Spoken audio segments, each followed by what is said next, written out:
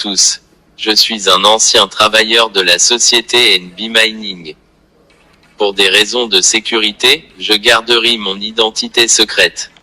Pour des raisons que vous connaîtrez, j'ai un jour décidé de filmer secrètement le bureau de mon patron, Pascal Bevragi. Comme vous le voyez, sa table de travail est encadrée par 2 gros posters du général John Numbi. L'un de ces posters lui est personnellement dédié. De la propre main du général John Numbi, l'on peut lire. À mon frère Pascal, affectueusement.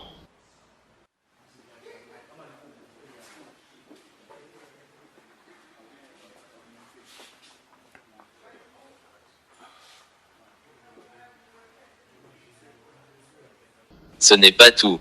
Sur la table, une autre photo de lui, avec le général Olanga, trône. Ce dispositif n'est pas sentimental, il n'avait que le but d'intimider quiconque viendrait lui demander des comptes. Il tenait à faire savoir qu'il avait des relations solides en très haut lieu. Ainsi, tout percepteur d'une quelconque taxe due à l'État congolais, était menacé, humilié et chassé comme un vulgaire chien. Ainsi, des millions de dollars américains destinés aux fiscs congolais, ont pris d'autres chemins. Notamment, celui des poches de ses puissants protecteurs. Le budget de l'État pouvait attendre. Quelqu'un se présentait avec une taxe à payer, il lui présentait les portraits bien en vue de ses généraux.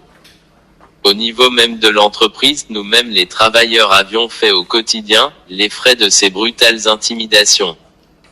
Pas de droit à réclamer, ou sinon vous étiez jeté à la porte, sans recours. Que pourriez-vous faire face à un homme qui a dans son bureau, des portraits des généraux puissants? Les femmes étaient les victimes les plus courantes de sa terreur, qui se soldait par des histoires de viol, étouffées.